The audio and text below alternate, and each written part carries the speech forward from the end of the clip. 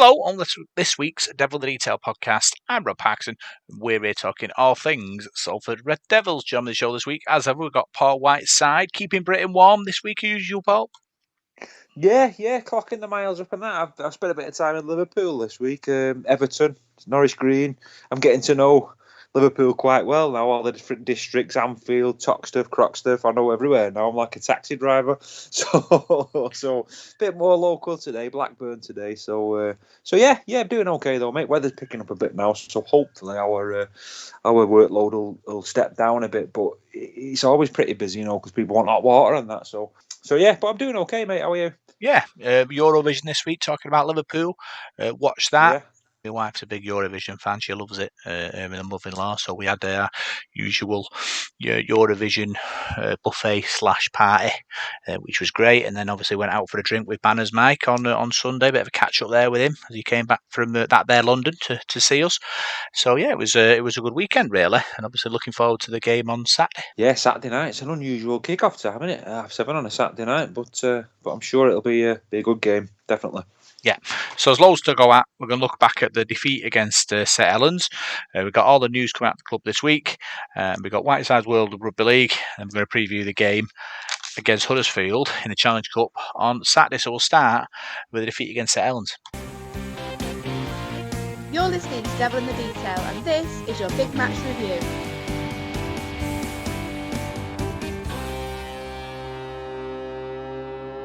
So Salford Red Devils' undefeated run came to an end against St Helens.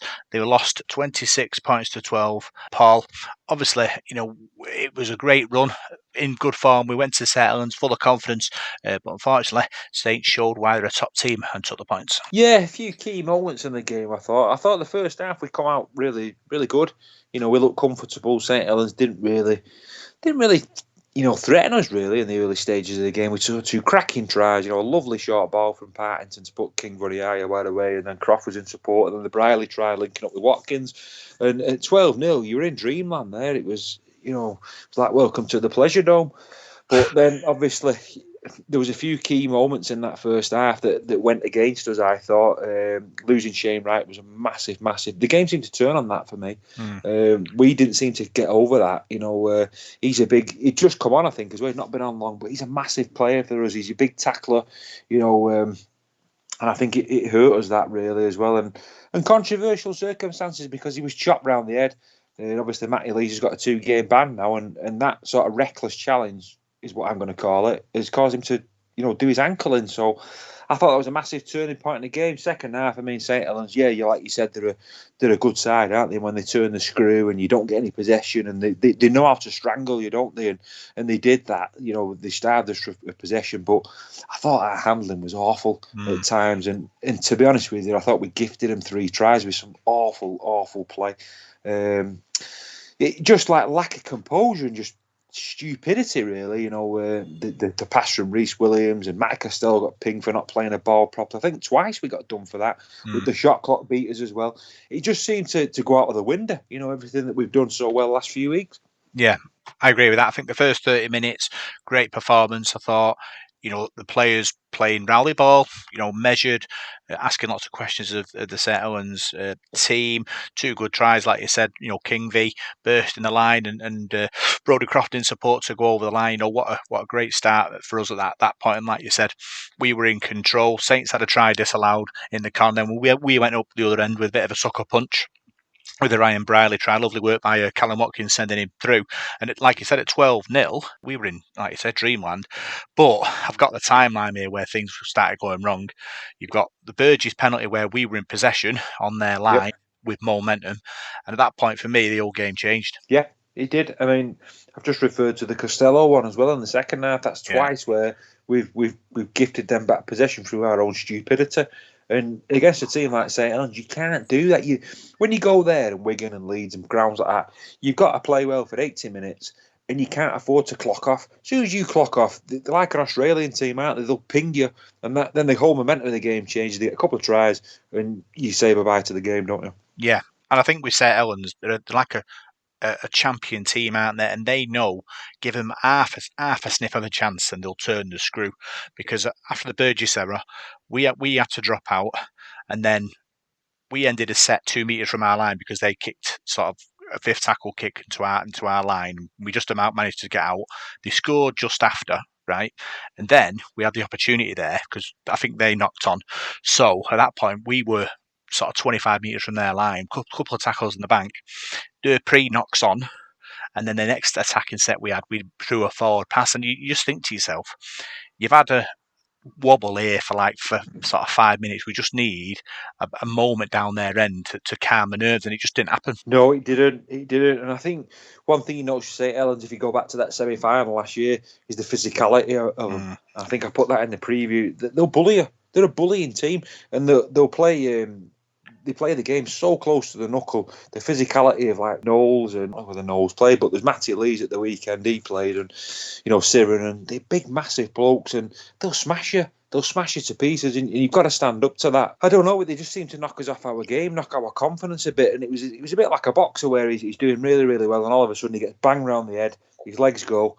And then psychologically, then he's thinking, "Blimey, I've got to be careful here now, or I'm going to go on the floor." And that's what we were like. We were sort of hobbling about and trying to find our feet. I know in that second half, I think we made a few breaks, and I think it was Cross who went through, and Rhys Williams wasn't anywhere to be seen.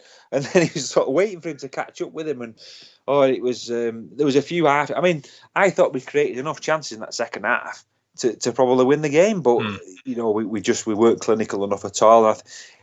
In the end, I thought keeping Saints to 26 points was good because we didn't capitulate where we could have done. I think they stopped scoring on 55 minutes, so for the remainder of the game, then at the last 25 minutes, we kept them out, which I thought just proves how tough we can be.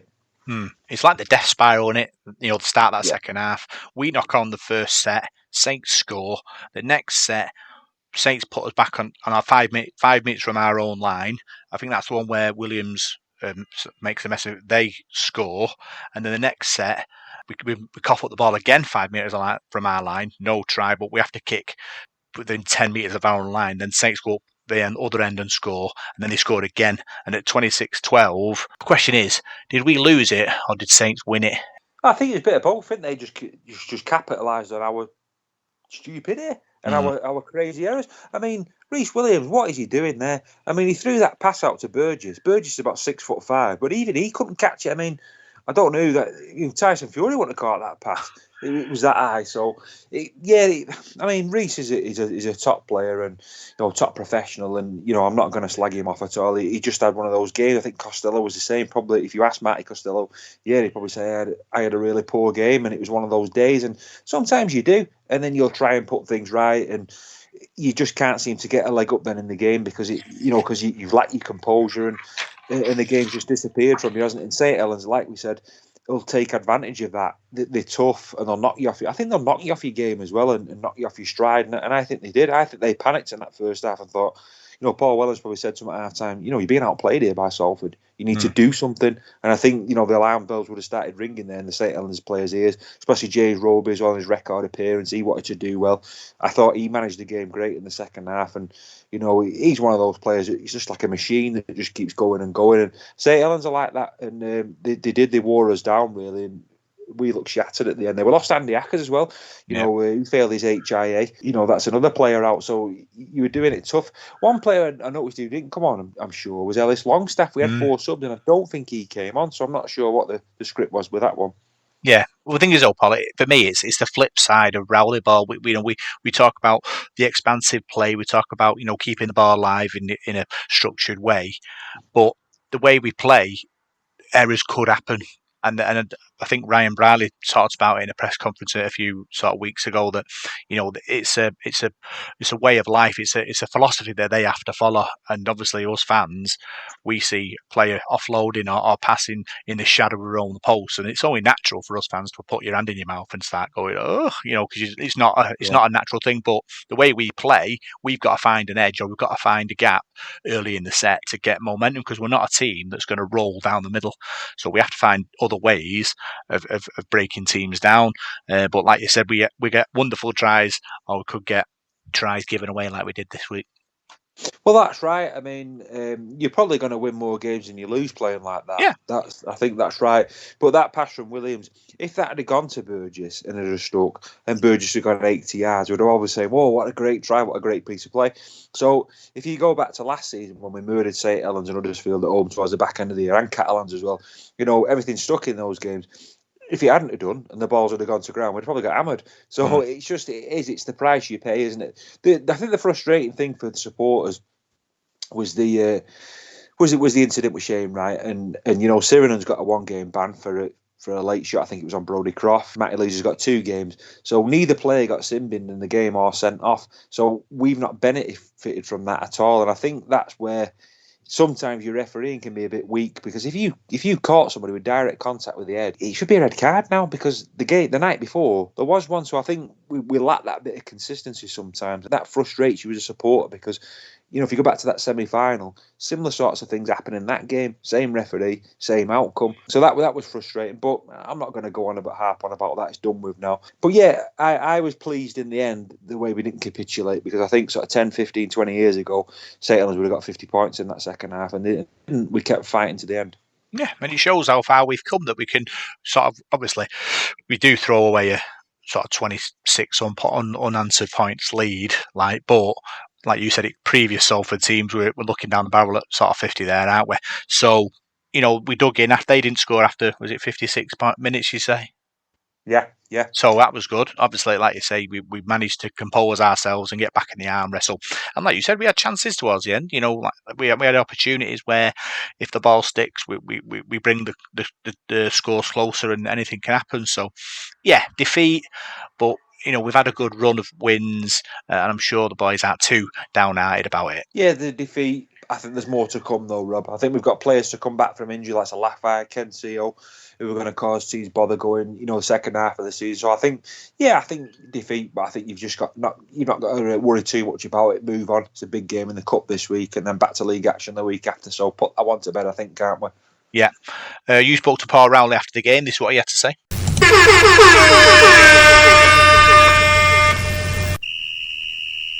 Coach's Corner. Paul Rowley joins me. That match, every time you come to St Helens, you know it's going to be ferocious, don't you? And really tough. You got that today, didn't you? A real bruising encounter. Yeah, they're a champion team, and champion teams are physical. So, because ultimately we play a game where you've kind of got to bully your opposition, be bullied or bully or be bullied is kind of thing. So, I thought we were really comfortable in that first half, taking a lot of fire at us, but giving a lot back as well. I thought we left some points on the field. I thought we should have been further ahead.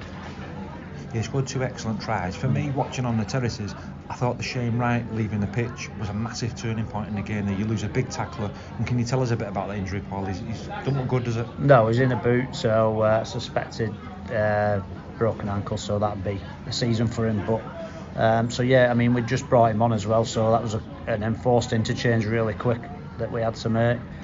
So we started expecting his subs, and obviously Shane affects our energy because he's been so good for us. The second half, I think the first 10 minutes killed us really.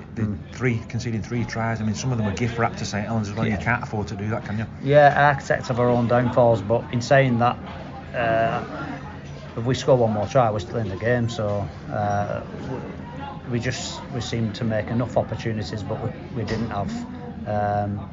We couldn't execute and finish them off. I thought we had more than enough opportunities to score points, but ultimately our discipline with the ball was shocking in that second half. And you can go in the games like this where there's a lot of pressure put upon you through the aggressive nature of the defence, which is a credit to St Helens. You've got the choice, haven't you, to be hunt or be hunted.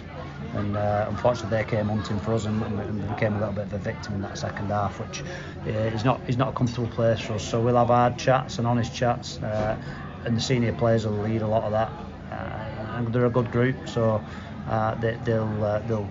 they'll quickly soak that up and dust themselves down, ready to go again. Rugby league can be a cruel game, especially modern day rugby league. Once a team gets a roll on against you, it's difficult to defend, is it? But do you think the pressure got to your players a bit in that second half? Because your effort's fantastic, but some of the passing, it was just loose, wasn't it? It was all over the place. Well, like some of the players had blindfolds on at times. The ball was all over the show, wasn't it? And it's difficult then when you're behind the 8 ball, isn't it? Yeah, like I said, that's what pressure does. It affects your thinking. So it's easy sometimes, isn't it, to just to say, and it seems pretty obvious at times. But when there's some heavy artillery coming at you, belting you, it affects your thinking, and fatigue set in, and bad decisions and choices were made, and that's ultimately that's how it painted the picture for us. Our discipline with the ball was very, very poor. One thing this team doesn't do is capitulate. I think to concede 26 points there, all the possession that Saints had in that second half, that's a big positive to take into next week against Huddersfield. No, they don't give up. We're very resilient. But again, if you can be resilient, but you'll still lose. And there's many a time we've been in a losing team or coached a losing team where you don't want to go mad and shout and scream because your team's worked as hard as they possibly could. But again, I've been in and I've coached some sides that have nearly won, and we don't want to be one of them sides that nearly do it and do all right and have a crack and are brave. We'd rather be a side that is the hunter, not the hunted. There's also some more bad news. Well, Andy Ackers, what's the script with him? Did he fail his head test?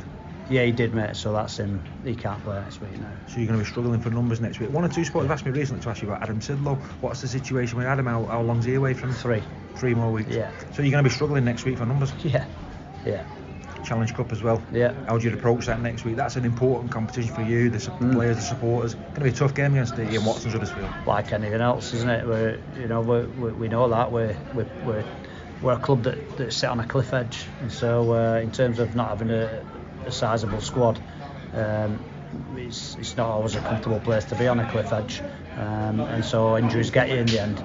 So whoever pulls the shirt on will be great. I've got no doubt about it, but we'll just have to see who's there to pull the shirt on. That's first and foremost. Are you the calmest man at Salford, Paul? Because you always seem unflappable. No matter how many injuries you've got, you take it all in your stride. And I think, does that rub off on the players sometimes?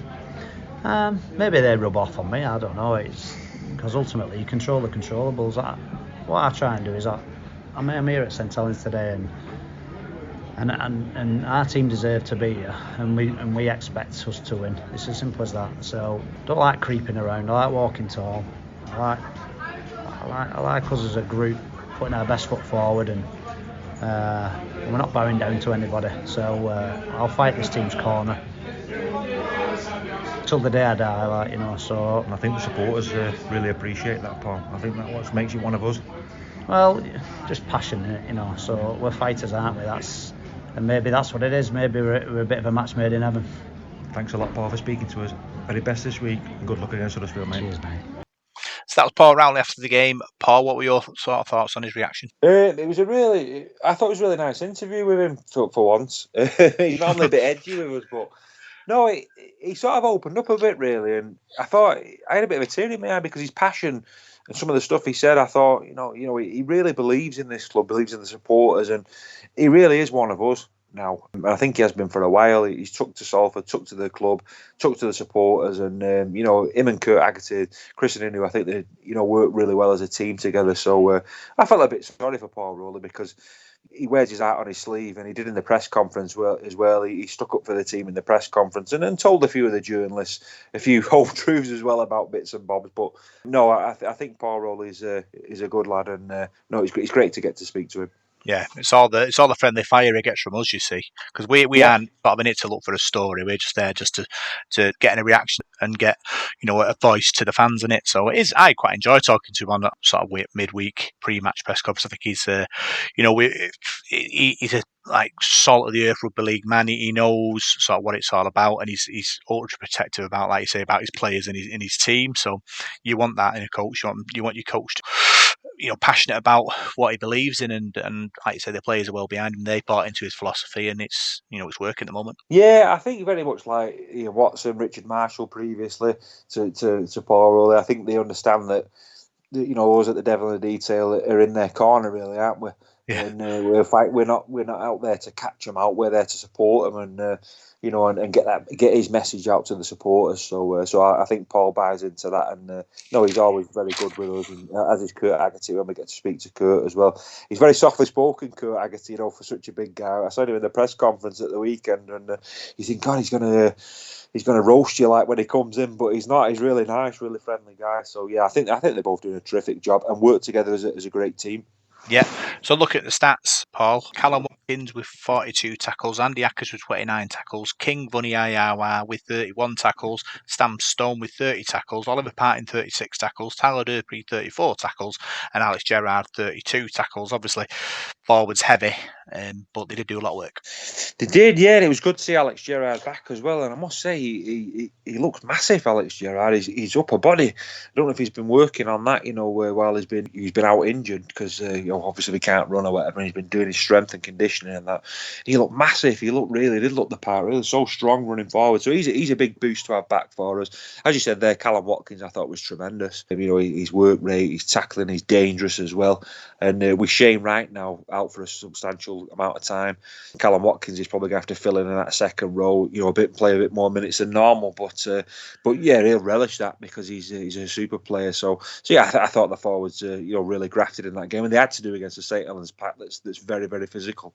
Yeah, looking at the metres, Ryan Briley 106 metres, King V 76 metres, Sam Stone 78 metres, Matty Costello 106 metres, and Alex Gerrard 52 metres. Obviously, Saints forwards restricting our movement forward.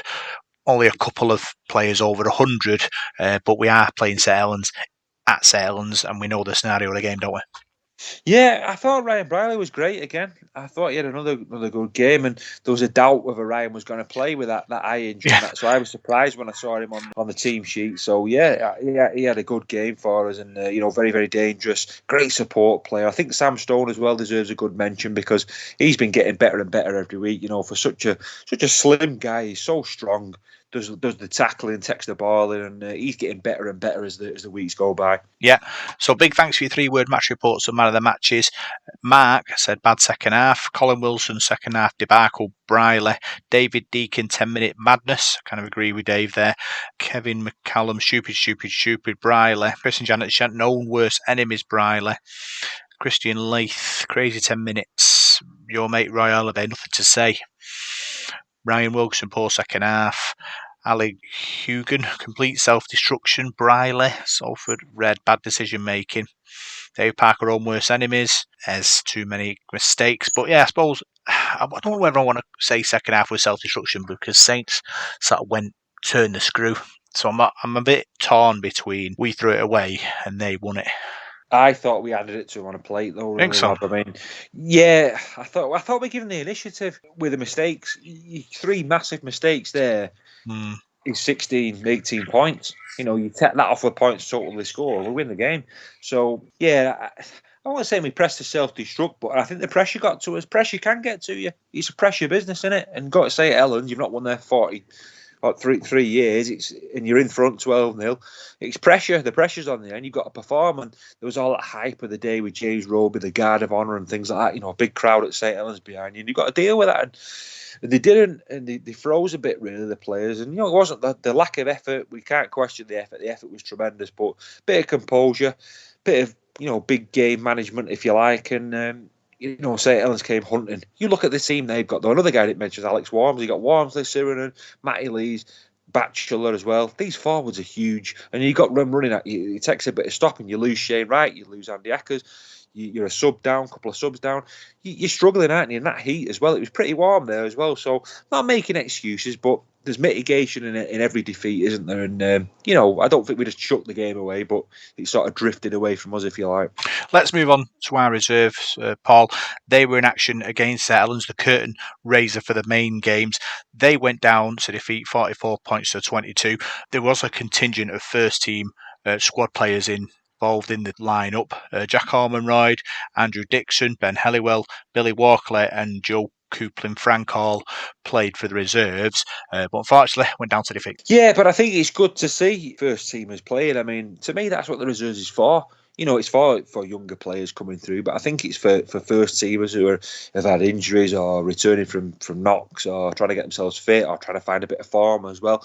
So I think it's important that, if you've not played for the first team, like I said, Ben Elliwell or Andrew Dixon's not really featured much this season at all. So it's good to get them minutes under the belt, keep them fit, keep them fresh, because you never know. Saturday night comes, we've got injuries, they could be called upon to play against Huddersfield. So, and the younger guys who are less experienced, they're testing themselves against, a Saints reserve side that's full of really bright youngsters as well. So it was a big test, that, and one that they did well in. I thought, for the bits of it I saw, they come up really well. Yeah, so Ben Helliwell opened the scoring, crash ball near to the post. So then, unfortunately, Saints took control. Moss and Roberts, they're 6 and 7 pulling the strings. Half time, it was 22-6. We fought back through Jacob Lee, offloaded to Cooper in flank, who found Billy Walkley over in the corner. And then Jack Stevens found John Hutchison, and he went over as well. And we were 28-12 down with about 30 minutes to go. But unfortunately, like you said, we spoke last week, didn't we, Paul, about the Saints youngsters and opportunities for them, and will they be able to break into that first team? And another promising player for me, Burns, there, number 9, he scooted over from dummy half to extend the lead further. Moss and Roberts again made a couple of breaks and scored a couple of tries, but we ended up scoring through Billy Walkley again. Lovely work by Cooper in Franklin, sent him over, but unfortunately Saints scored at the death and it ended 44-22. Yeah, I think some good performances. You mentioned Jack Stevens there. He's building a reputation, isn't it? We've seen a bit of him in the friendly games and things like that. He's got a massive future in front of him, as a few of the other players have as well. St Helens is a conveyor belt of youngsters, really. I mean, they've had a few that have come through and played in the first team this year. There's 1 or 2 of them on the bench. Weekend names escape. I think Wingfield's one of them. I can't remember his first name. There's 1 or 2 others as well. So players at their guys are up to speed really now, aren't they? So, but we're not a million miles behind, and that's good to see. I mean, I think it's great that we've got a reserve team. We desperately needed that sort of backup, didn't we? So yeah, no sort of disgrace in that result at St Helens. I thought there were some good performances there and stuff to build on. Yeah, our PDRL team were in a festival in Bradford. They played Wigan and they played Hull KR. They went down to defeat against Wigan but beat Hull KR 8-4. Tries from Tom Crawford and Justin Martin recorded the victory for the Red Devils. Yeah, tremendous weekend there for them. Another festival. I'm sure there's going to be loads of them coming up this summer, isn't there, as well? So I'm not sure. Is there anything on at the Magic Weekend this time for the PDRL? Yeah, so that's to look forward to. That's going to be really exciting. I mean, last year, they really enjoyed that, St James's Park. So yeah, good to see players playing and players enjoying themselves. That's the main thing. The enjoyment of it, the participation of it, and then obviously if you're doing well and winning games as well, you're going to enjoy it even more. Yeah, and I think also what's good as well, they've got a full squad now, when obviously last season when they were starting up, they were kind of scratching around for players, but they've got a complete team and subs as well now, so that's great. I think obviously something to build on, all the great work that's happening in the community, targeting these players who want to play now for the PDRL team. It's great.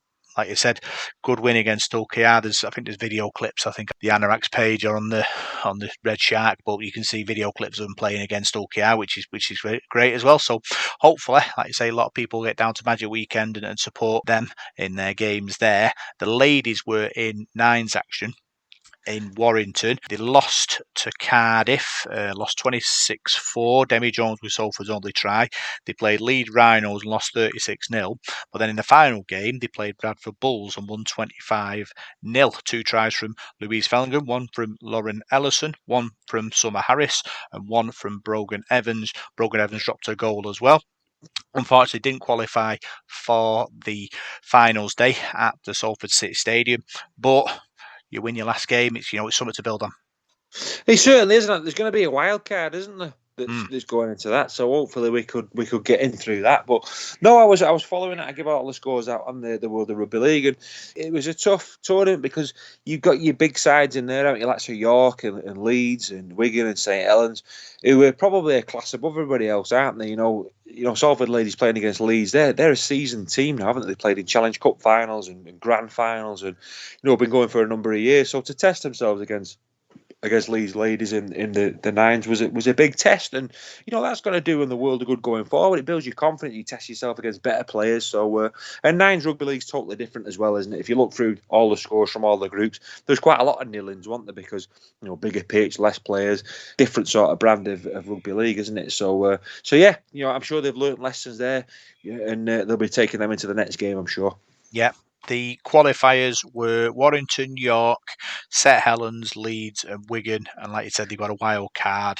I'm not sure who's in the running for that, but we'll have to wait and see. You can get tickets for the finals day at the Salford City Stadium. It's £5 for kids and £10 for adults. So I'm sure, all the interest that has been piqued through our ladies team, there'll be hopefully a sizable crowd down there watching the cream of ladies rugby league play. Will that be in the actual stadium? Yeah, it was. Yeah. Oh, well, the finals day will be actually on the pitch at Salford. Yeah, it was last year. On the pitch. Yeah. Oh, right. That's great. I'll get down to that then if it don't clash with our game. So yeah, that sounds good. I mean, it's going to be a good tournament, that, isn't it? I mean, nines rugby league is something to watch, isn't it? That nines and sevens, I think, really, really enjoyable. So that'll be a good day. Yeah, so that's all the reports for our matches, and now we'll look and see what's happening in the world of Salford Red Devils.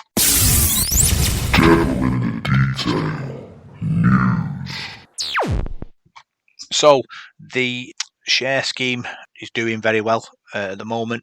Paul, over £150,000 raised, over 600 owners / investors putting the money up.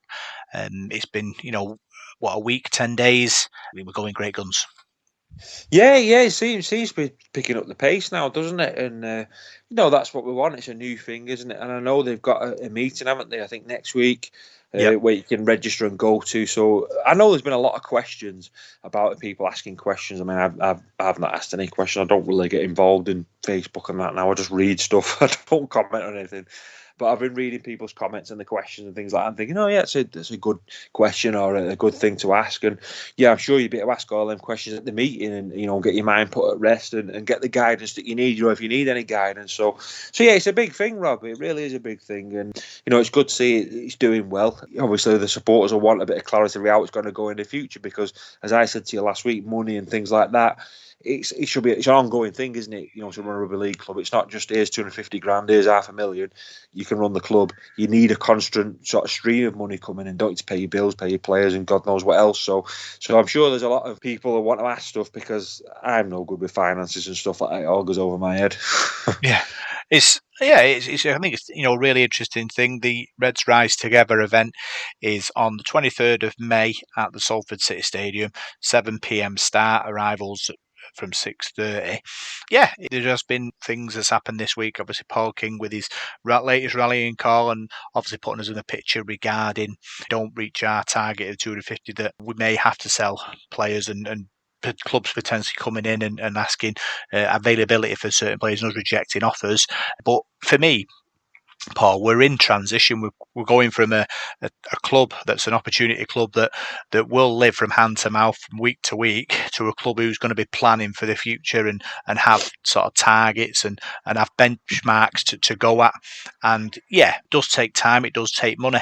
But yeah, Paul King coming out and saying what he's saying, it does to some fans think it might be a sort of a warning, but for some it's keeping in the picture, and that's what we need, don't we? We need transparency to know what's going on. Yeah, I think you need a bit of both, don't you? I mean, I can see it from both ways, really. It does sound like a bit of a warning, but you need to be told, don't you?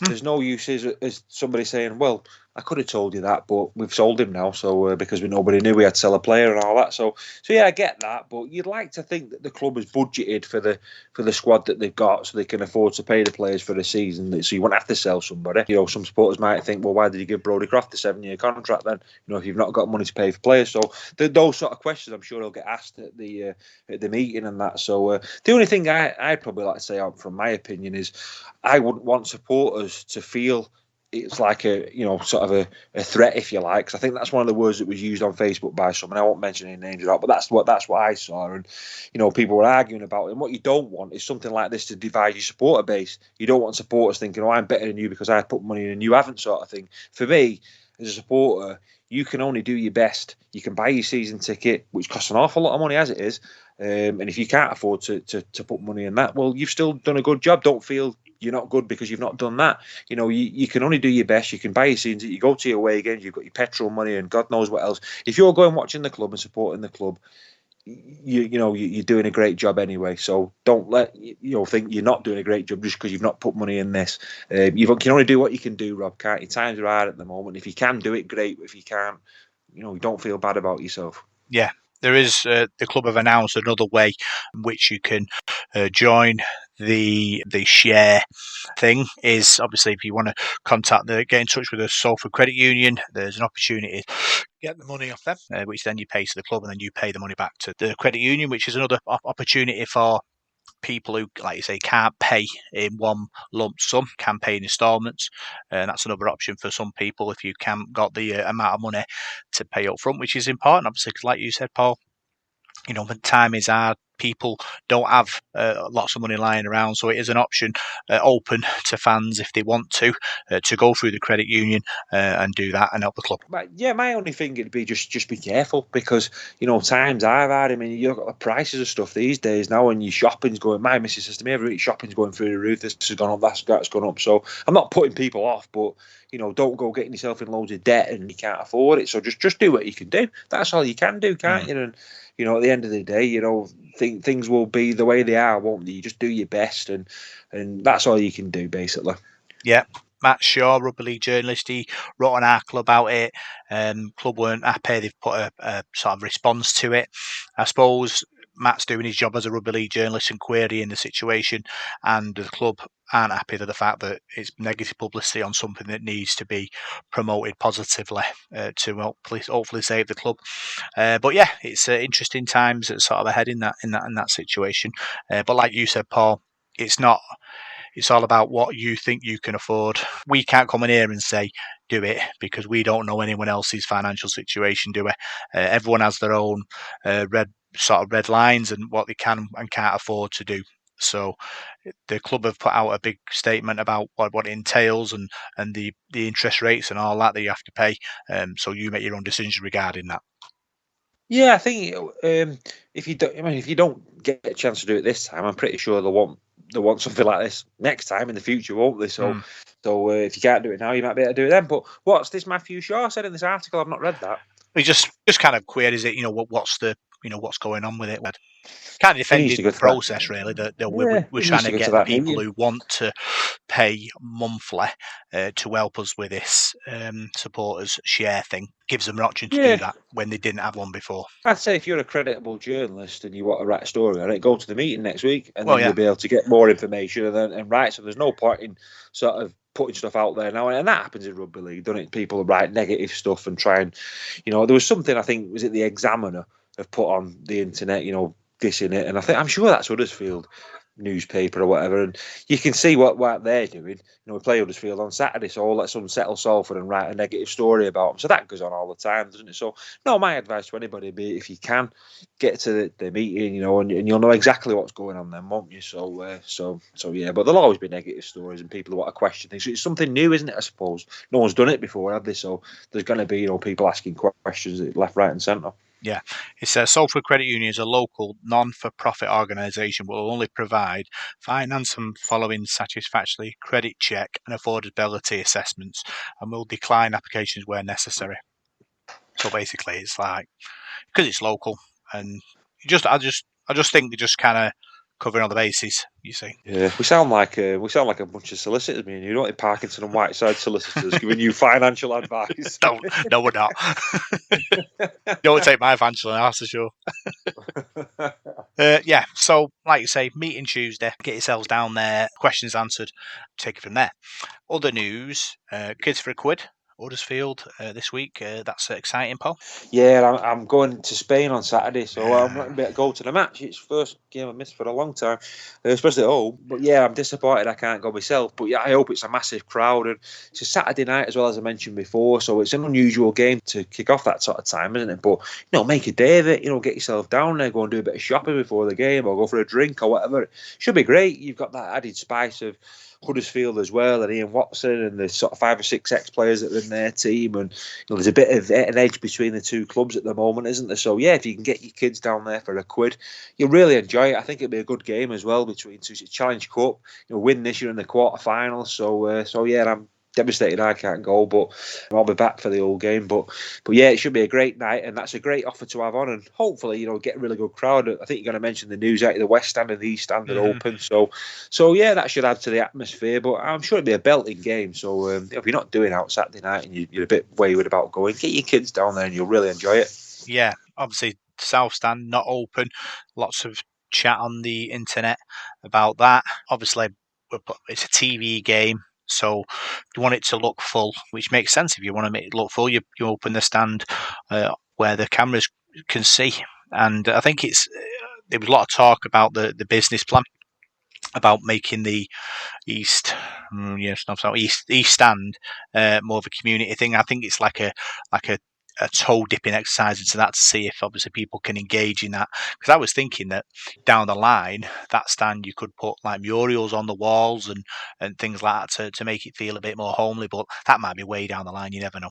Yeah, I know we've had the schools participating, in those Building the Future games, whatever they're called. I can't remember what the slogan was the club used, but they had loads of kids in there from the local schools, and the players were staying on the pitch, weren't they, signing autographs after the game and things like that. And that stand was absolutely rocking, wasn't it? So yeah, I think I said it before to you about having it as the family stand and the community stand, and get schools and people in there. They really enjoy it. Good view as well. So yeah, I think that's great that we can use that stand a bit more. I know people like to go in the South Stand and things like that, but just thinking, just tongue in cheek, like if you've done that chair thing and you're now an owner, can't you go and sit where you want? Can't you go in the South Stand now? You should be able to go and sit on the bench with a player, shouldn't you, if you're an owner? We've done that before. But yeah, I don't know. Like you say, it's people are sort of stuck in the ways, aren't they? They want, they like the atmosphere. They like all being stood together. The stadium is what it is, as in 2 standing areas, 2 seating areas. We don't know what is to come in the future. We don't even know what's to come in the future for our club, never mind the way the stadium is built. So opportunity maybe down the line to express your opinion on that and see what can be changed regarding health and safety and all that. But it is what it is. It's we're making the best of what there is. And I think we are on a journey here where we are better than we were. So, it's another step in forward momentum where we'll hopefully all go. Yeah, I think you'll enjoy it sitting down, for one. It's only one game, innit? Do something different. I mean, I love standing up at the match. I think the atmosphere at St Helens behind the sticks there, we're all sort of crammed into, they're not all open the whole stand, but everyone was sort of squashed in together. And the away games this season, I think the atmosphere has been tremendous. I mean, I've not really been going press bit. I've just been standing with my dad and Imogen and that, and I've enjoyed it. It's back to being in there, and I think you enjoy away games better, to be honest with you. But yeah, I'm sure the atmosphere will be good. As I said before, Huddersfield Saturday night Challenge Cup. It should be a terrific atmosphere, and yeah, I'm sure you can go back in the South Stand for the old game, can't you? So don't worry too much about it. Let's just go and get the win. Other news, wheelchair rugby had a great turnout last Sunday. Very excited about that. The club, don't forget, it's every other Sunday, 10:30, Eccles College. I think the next one, if my calendar right, is the 28th of May. So I'm sure if you're interested, get yourselves down there and join our squad of players. Yeah, it's another growing sport, isn't it, Rob? We think about where we've come from with the PDRL and what have you, and the ladies team, and that once this is up and running, it's going to get bigger and bigger, isn't it? So yeah, it's growing small at the moment, but I'm sure people will be getting involved, and there's plenty of volunteers and people who are enthusiastic about wheelchair rugby league, and it's another feather in the cap for the club. We're representing and playing for Salford Rugby League Club, aren't you? So it's exciting, and yeah, if we can get up to where some other teams are, who are playing sort of regular in the leagues and that, it'd be really, really exciting, because I read the scores every week in the League Express and read about it, and it's a very, very popular sport. Other news, girls under 15 development programme is underway. Salford Roosters, St Peter's Roman Catholic School in Manchester and Blessed Thomas, all 3 venues, 6 p.m, 7 p.m at Salford Salford Roosters, 4 till 5 p.m. at St Peter's, and 3 till 4 p.m. at Blessed Thomas. Demi Jones and Brogan Evans coaching the girls there. It runs from the 17th of May to the 5th of July, so that's promising. Obviously, they want to build a pathway, don't they, to go into our ladies team, and this is a part of it.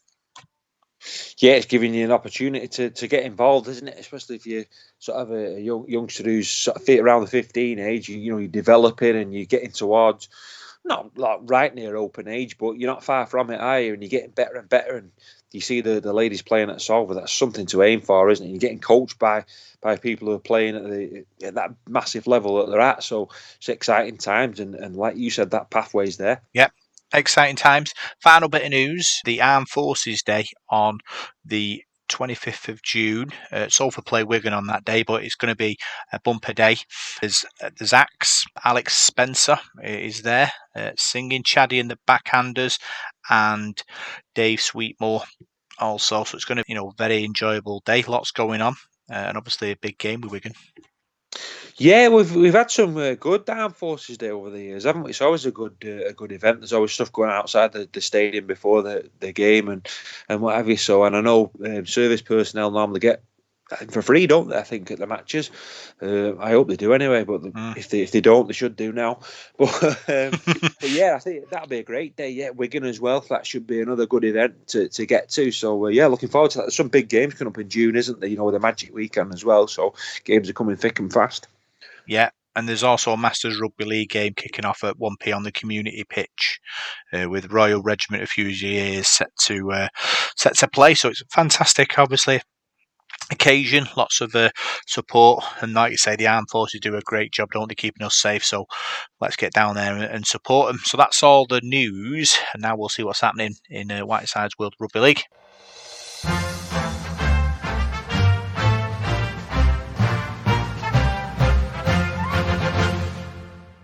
Here is this week's Double the Detail Amateur Report and the World of Rugby League.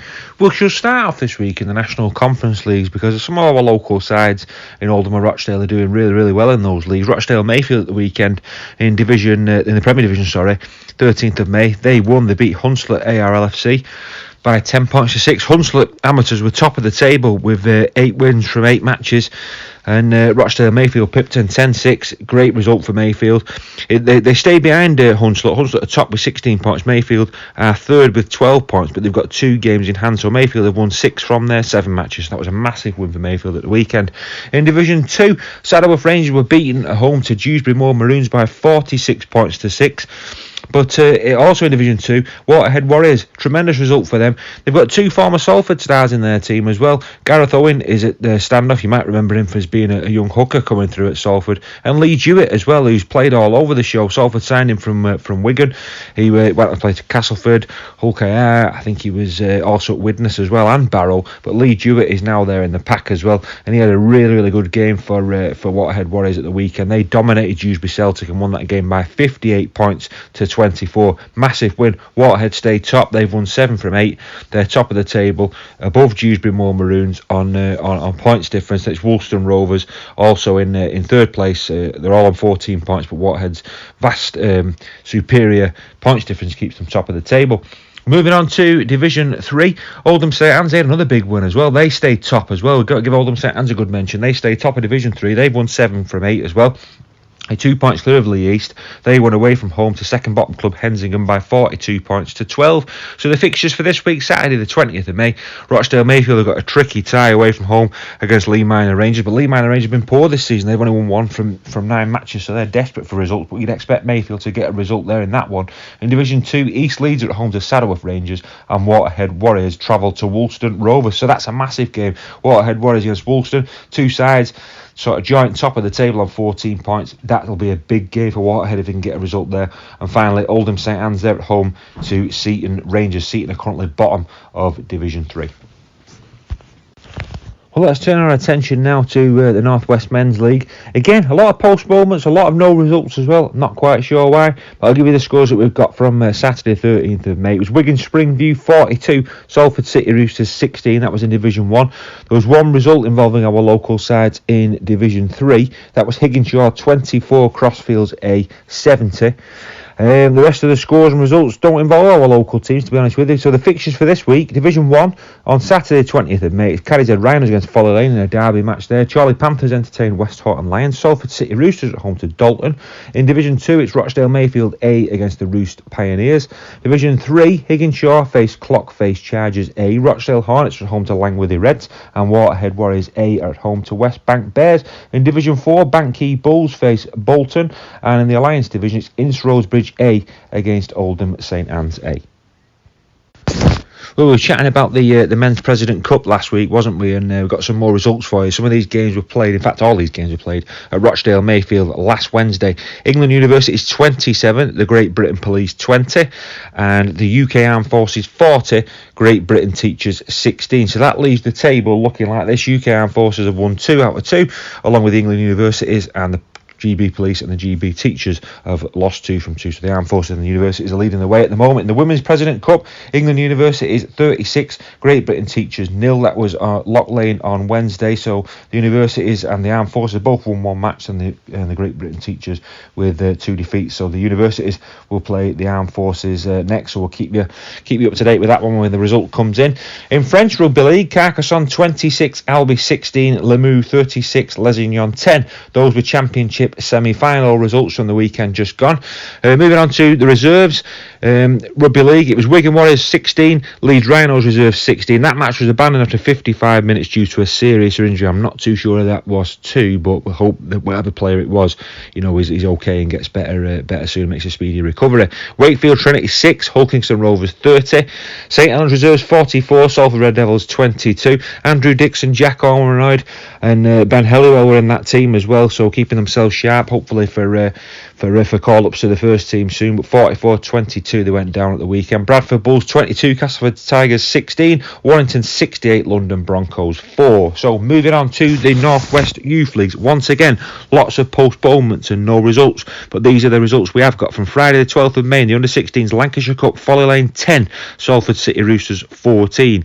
In the under-18s Premier Division on Sunday the 14th of May, it was Oral St James 23, Salford City Roosters 32. And the fixtures for this week then, when there was one game in midweek, or 1 or 2 games in midweek in fact, Wednesday the 17th of May, so when you're hearing this result might have been played, that was Leeds against Rochdale Mayfield in Division 2.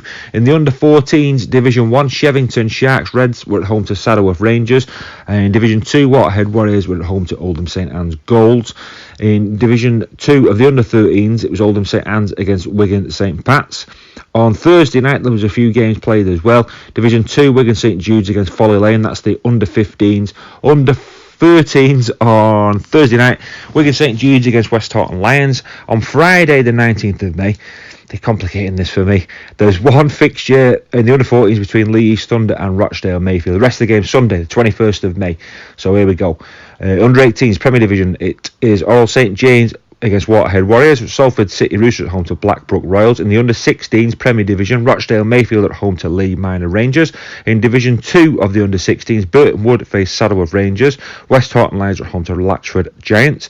Division 3 of the under-16s, Langworthy Reds are at home to Charlie Panthers. In the under-15s, Division 2, Charlie Panthers are at home to Folly Lane, Oldham St Anne's are at home to Lee East. Division 3 of the under-15s, it's Clockface Miners against Waterhead Warriors, Leyland Warriors against Saddleworth Rangers. In the under-14s, Saddleworth Rangers against Crossfields Cobras, that's a Division 1 fixture. In Division 2 of the under-14s, Folly Lane are at home to Oral St James. Division 3, Rochdale Mayfield at home to Askham. Division 4, Preston and South Ribble Rabbitohs are at home to Langworthy Reds, and the Widnes Moorfield Tigers are at home to Accrington Wildcats. Finally, in the under-13s at the weekend, Division 2, Oldham St Anne's at home to Wigan St Cuthberts, Salford City Roosters face Saddleworth Rangers, and in Division 3, Waterhead face the West Horton Lions. We'll give you all the results when we get them next week. Rob might have to do it next week because I'm away in Spain, so we'll play it by ear. I might be back by then, so we'll play it by ear. I'm sure we'll be able to sort something out. Well, turning our attention now to the Women's Rugby League. It was the Rugby League Nines at the weekend just gone, so I'll go through all the results for you. In Group A, it was Huddersfield Giants 13, Warrington Wolves 28, Oldham 0, Leamington Royals 23, Huddersfield 40, Oldham 0, Leamington Royals 4, Warrington 38, Huddersfield 43, Leamington Royals 0, and Warrington Wolves 43, Oldham 0. Sadly, Oldham not scoring a point there in their 3 matches, so unlucky to Oldham. Group B, York 30, Barrow 4, Hull 30, Workington 0, York 44, Hull 0, Workington Town 0, Barrow 48, York 60, Workington 0, and Barrow 25, Hull 4. Group C, St Helens 31, Featherstone 4, Hull Kingston Rovers 24, Newcastle Thunder 7, St Helens 31, Hull Kingston Rovers 0, Newcastle Thunder 0, Featherstone 37, St Helens 54, Newcastle 0, and Featherstone 8, Hull Kingston Rovers 50. In the group we're concerned in with Salford was Group D. Leeds Rhinos 48, Bradford Bulls 0, Salford 4, Cardiff Demons 26, Leeds Rhinos 36, Salford Red Devils 0, Cardiff Demons 32, Bradford Bulls 8, Leeds Rhinos 14, Cardiff Demons 7, and Bradford Bulls 0, Salford Red Devils 25. In Group E, Wigan 26, Lee 0, Casford 0, London Broncos 25, Wigan 29, Castleford Tigers 0, London Broncos 8, Leeds Leopards 20, and Wigan 27, London Broncos 4, Leeds Leopards 18, Castleford Tigers 0. So the group leaders Warrington, York, St Helens, Leeds Rhinos and Wigan have all qualified for the Nines finals day, which will be held at Salford Stadium on Saturday, June the 24th. They will be joined by a 6 as yet unconfirmed team who will be handed a wildcard entry into the finals. Hopefully that's Salford ladies, but we'll have to keep you up to date with that one when we get it. So congratulations to all the teams who were involved in that tournament. I'm sure it was a really enjoyable day in Warrington. Right, before we look at domestic things and the Challenge Cup, of course, coming up this weekend, we'll have a look at Australia. It was NRL Premiership Round 11, 12,000 miles away or so from us. Let's travel over there now and have a look how things went. Canterbury Bulldogs 12, New Zealand Warriors 24, Penrith 48, Sydney Roosters 4. Penrith seem like they're getting back to winning ways now. We'll have to do a bit of a dodgy start to the season. South Sydney Rabbitohs 20, West Tigers 0, North Queensland Cowboys 42, St George Illawarra Dragons 22, Canberra 26, Parramatta Eels 18, Newcastle Knights 46, Gold Coast Titans 26, Manly Seagulls 14, Cronulla Sharks 20, and Melbourne Storm beat Brisbane Broncos in a thrilling match by 24 points to 16. So the fixtures for this week, the televised game on Thursday morning at 10:50 is Brisbane Broncos against Penrith Panthers. That promises to be a cracking game. On Friday, it's St George Illawarra against Sydney Roosters. The televised game is at 11 o'clock. That's between South Sydney and Parramatta Eels. On Saturday at 6 a.m, it's Cronulla against Newcastle, followed by West Tigers against North Queensland Cowboys. The televised game is at 10:30 or 10:35 between Dolphins and Melbourne Storm. On Sunday, there's 2 fixtures between Canterbury Bulldogs and Gold Coast Titans, followed by Canberra Raiders against Manly Seagulls. So, South Sydney Rabbitohs are top of the table with 8 wins from 11, followed by Brisbane, who've also won 8 from 11.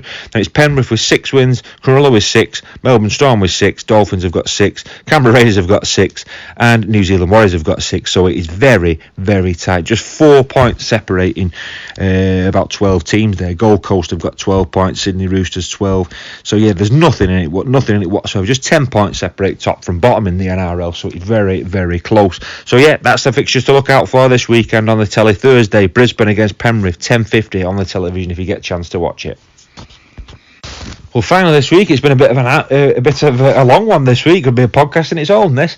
Let's have a look at the Super League. It was round 12. Castleford Tigers 22, Catalan Dragons 46. That game was played, I think it was Friday night, that one. Huddersfield Giants 4, Leeds Leopards 30. Massive win for Lee.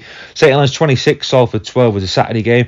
Wakefield Trinity 6, Hull FC 26. That was Thursday night. Warrington Wolves, they had a real hard-fought win. Trailed 12-6 at half-time to Wilkinson Rovers. Came back in the second half. A late drive from Matty Ashton sealing the victory, and a field goal from George Williams late on as well. 21-14, Warrington won that one. The shock of the round, I think, was at Wigan though. Wigan 18, Leeds Rhinos 40. Wigan led 14-6 at the break, and yeah, they had a man sent off as well, did Leeds. But Leeds won it in the second half with some tremendous rugby, 40 points to 18. Round 11 in the Championship, Batley Bulldogs 17, Toulouse Olympic 16. Toulouse are on a real bad run at the moment. They're dropping down the table behind Featherstone and Sheffield. Bradford Bulls 44, Swinton Lions 38 in a real thrilling match on Sunday. Amir Burrow scoring a try on loan from Salford at Swinton. Halifax Panthers 60, Whitehaven 0. Keith Cougars 18, Sheffield Eagles 46 tries there. 2 for Chris Wellham, 2 for Ben Jones-Bishop as well. 2 ex-Salford players in the Sheffield team, and their good run continues. London Broncos 30, Barrow 16, Widnes 0, Featherstone 30, York 26, Newcastle Thunder 22. Round 10 of the Betfred League 1, Cornwall 10, Hunslet 54, Dewsbury Rams 26, Doncaster 12, London Scarlets 24, Rochdale Hornets 28, and Workington Town 18, Oldham 28. Great win for Oldham away from home there. So the tables then. Warrington stay top of the Super League. They're 4 points clear of second place Wigan. Then it's Hull Kingston Rovers and Catalan who've all got 16 points, same as Wigan. So Wigan second on points difference. Then it's Leigh and Salford who've got 14 points each, followed by St Helens and Leeds who are just outside the playoffs with 12 points. Wakefield 12 defeats from 12 matches have still yet to register a win. Featherstone Rovers stay top of the Championship with 11 wins from 11, followed by Sheffield, Toulouse, Halifax, Batley and Widnes making up the playoff places. Newcastle Thunder and Barrow are in the relegation place at the moment. Dewsbury Rams are 8 from 8 in the Betfred League 1.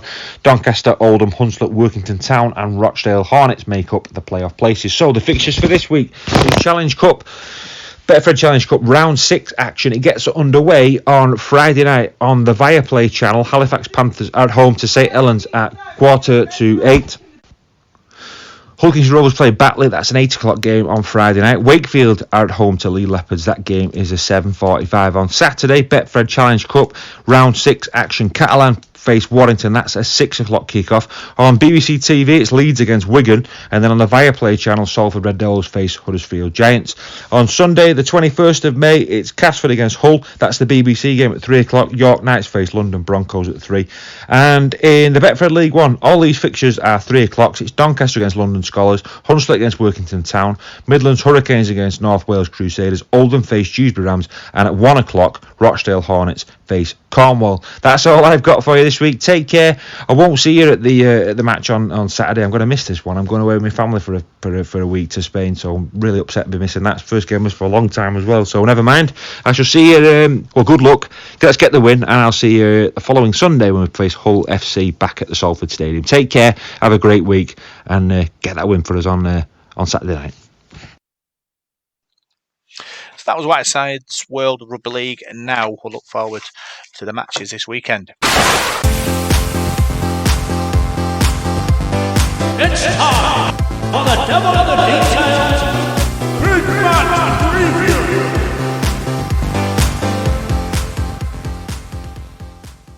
So we'll start with the ladies. Paul, they're in Challenge Cup action. They're away at Wigan, obviously defeating the two current last two Challenge Cup games. Opportunity to bounce back. Yeah, I think it's important to get a victory, really, don't you? With it being a group and that, and you've had 2 defeats. I'm not sure how they're going to work for qualifying. That probably depends on other scores. But Wigan's a test, isn't it? That's a big test. They got through, didn't they, in the Nines tournament? So they're at a decent standard, aren't they? So our ladies need to be on the game, and hopefully they can bounce back this week. But it's going to be another big test. Yeah, well, like I say, we're going to a good side. We're on a journey out. We've got into Super League 2. We're trying to sort of gauge the quality, and the ladies know what they've sort of achieved and what they're going to achieve this season. It's exciting. Obviously, just another opportunity to show where they are and where they're going. Yeah, definitely. I mean, it's a new thing, isn't it, being in the Challenge Cup, and it's the first time they've been in it, and you're playing against a better standard. And same in the league as well. That Super League, group that they're in now. It's a different. It's a step up, and you can't always go, straight to the top of that league. You've got to work your way up and learn your way around that league. And I think that's what they're doing. They're showing signs of improvement and getting better all the time. So yeah, I won't say it's a free hit against Wigan, but it's another test, and you go your best foot forward, don't you, and see where you go. So I know 1 or 2 of the ladies are back from injury. Louise Felling got injured a few weeks ago with head bang and things like that, so they're back now. So yeah, why not go and turn Wigan over? Yeah, it's on Sunday. It's a midday kickoff at Robin Park. So if you can get down there and support our ladies in the Challenge Cup. So let's talk about the men's Challenge Cup game against Huddersfield. Return of Ian Watson, obviously under pressure in the last few weeks at Huddersfield. Obviously, coming back to his calm, the club's going to cause a bit more pressure, but it's going to be a fascinating encounter. Yeah, I think Ian Watson is under a bit of pressure because they've been terrible, haven't they, the last few weeks? I think they got beat 28-0 at Hull Car and 30 points to 4 at home to Lee last week. So they're on a bit of a poor run, Huddersfield Giants. And yeah, the Cup's, form normally goes out the window for the Cup, doesn't it? It's one-off game. And normally a Challenge Cup game, a bit like FA Cup in football, it's a welcome break, isn't it, when you're not doing very well in the league? So yeah, I think that'll go out the window. I mean, we played Huddersfield about a month ago, didn't we? Start of April at home, and they were the better team than us, weren't they? 26-16 they won that day, and I thought they were too good for us. So I think we've improved since then, though. We've done well. We've been on that winning run, haven't we? So yeah, this promises to be a good game. You've got the added spice of the ex-Salford players of the Huddersfield team. I think there was 5 in their 21-man squad at the weekend just gone. So we've not played them in the Cup for a while, actually. 2007, I think, the last time we played them in the Challenge Cup. So yeah, it should be a good game. I'm going to say I'm looking forward to it, but I'll have to listen to it on the radio on my phone. Yeah, the obviously injuries to Shane Wright and Andy Ackers blow for Paul Rowley. Obviously, 2 important players for us in such a big game. It's going to be hard to replace them. Obviously, we've not got a massive squad, have we? Availabilities, but we'll have to wait and see. So what comes up there. Well, it gives a massive opportunity to Chris Atkin, I think, the number 9. I think he'll slot straight in there. I would have thought so anyway. He does a great job wherever he plays, but I think that gives him more minutes, and I'd have him there for 80 minutes, to be honest with you, on Saturday night. You've also got Amir Burra. I know he's on loan at Swinton. He could possibly come back into the fold. I'm not sure about Danny Addy. I don't know if Danny's still injured, but I think Chris Atkin would be the main one to swap, with Shane Wright. That's going to be a tough one to get round. I know you've got Sam Stone and Callum Watkins who can play in the back row, haven't you? Ellis Longstaff can play in the back row as well if he decides to play. So I'm sure Paul Rowley will be able to change things round. Hopefully we didn't pick any other injuries up at the weekend. He didn't sort of say if we had. So I know it's just those 2 guys. So yeah, it's going to be a tough game. There's no doubt about that. Huddersfield have got a big squad of players, haven't they? Jake Connor in there as well. I think for me, Ian Watson has struggled to sort of get his best side, really. He's got a lot of pivot players in there, and I don't think he's sort of worked out who goes where yet in that team. You've got that Russell, you've got Theo Fajon, who's out injured at the moment. You've got Lola here in the team. You've got Jake Connor in the team. I perhaps don't think he's sort of worked out who's his number 1, who's his best number 6 and 7 is. So, they've got options there, haven't they? So, but no, I think we can turn them over. Yeah, we all know the way Huddersfield play. It's a big press. It's how you beat the press, and I think Rowley ball kind of lends its strength to getting a ball wide quicker. So we'll have to wait and see how we manage to sort of break Huddersfield down there. It's on TV. It's important. Obviously, it's important for the club. Obviously, with everything going on, trying to get through to the next round of the Challenge Cup, extra income, which will help the club. And obviously, like us, like every fan, it's our dream, isn't it, to see Salford walk out Wembley, Paul, and a win against Huddersfield takes us one step closer. Yeah, it does. It does. I thought you were going to say boring then when you said, the way Huddersfield play. so yeah, had a bit, aren't they? But no, I think they sort of play the percentages, don't they? Like you said. And I know Ian Watson's all about defence, isn't he? Whereas the defence has been pretty poor from them last few weeks. But before the Hull KR game, they were really tough to score against, weren't they? So I'm sure he's been working on that in the week. And I read a lot of comments, last week from Huddersfield supporters. They're all calling for Watson to be sacked. And I'm thinking, give him a chance. You can't always just get rid of the man in charge, can you? I mean, the players have got to take a bit of responsibility. I think they've got some good players at Huddersfield, so it's about time they started booking their ideas up. Hopefully not this weekend, but it's a big game for both clubs, really. As you said, the Challenge Cup, Huddersfield had a taste of it last season. They got to the final, probably should have won it, really. So yeah, I'd like to see us get through to the next round. You're in the quarterfinals. The way it's structured now, you're only 2 games from Wembley if you get through this one. So, and it'd be great to get to Wembley without it being behind closed doors. And we're talking about shares and things like that before, and money. How good would a Wembley trip be, taking 30,000-40,000 supporters to Wembley, and all the shirts you'd sell and all the sort of press and the publicity and the Wembley week and stuff like that. So last time Salford got there, it was all diluted really, wasn't it, with COVID, and nobody was really speaking about it. There was nothing in the press really, was it, because it was all behind closed doors. So yeah, it's a massive game. It's a really important game, this, and it's a prestigious trophy, and let's hope we can get through to the next round. Score prediction? Thought about it really, Rob, to be honest. Let's have a think now. You were just saying before about rollerball and stuff like that. We played them twice, didn't we, last season towards the back end. We absolutely battered them at home and then beat them 28-0 away in the playoffs. And that was after them beating us at Magic. So I thought we played better as the season went on when we started playing that brand of rugby league, that rolly sort of rugby league. So if we can play like that and it sticks, I think we can win the game. I think we can win comfortably as well. So I'm going to go Salford 32, Huddersfield 10. Huddersfield 10. Okay, I'm bold for me. I'm not confident really we'll get a result. Like you say, it's just about beating the press. They will, play their style of play. It's all percentages. Keep the percentages high and try and force errors from us early. But we rally ball, and our no fear attitude when it comes to going early in a tackle count, I think I could see a couple of long range tries this weekend. So I'm going to go Salford 26, Huddersfield 20, and Joe Burgess double. Sounds good to me.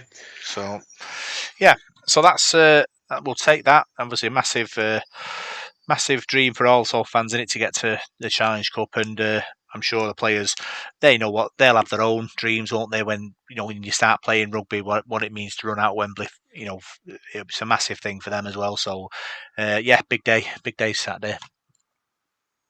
Certainly is, mate. Certainly is. Yeah. So, big thanks to you in this week's Devil in the Detail podcast. Big thanks for everyone who's donated via the Ko-fi. You're able to help this podcast grow and provide equipment for us and programs to help the podcast become better every episode. Really, can't thank you enough for your efforts, Paul. It's amazing. Yeah, no, that's it. We've said that for a while now, haven't we? The adulation that we tend to get for doing the podcast, and everyone seems to enjoy it. And I know we really enjoy it, don't we? So yeah, thank you to everyone who supports us. It's very much appreciated. Yeah. So big thanks to this week's Devil in the Detail podcast. Abra Parkinson, fans on Facebook, Devil in the Detail SRD, fans on Twitter at DITD SRD, and your fans on SoundCloud, iTunes, Radio Contact, Spotify, and YouTube. Good luck, Reds. See you soon.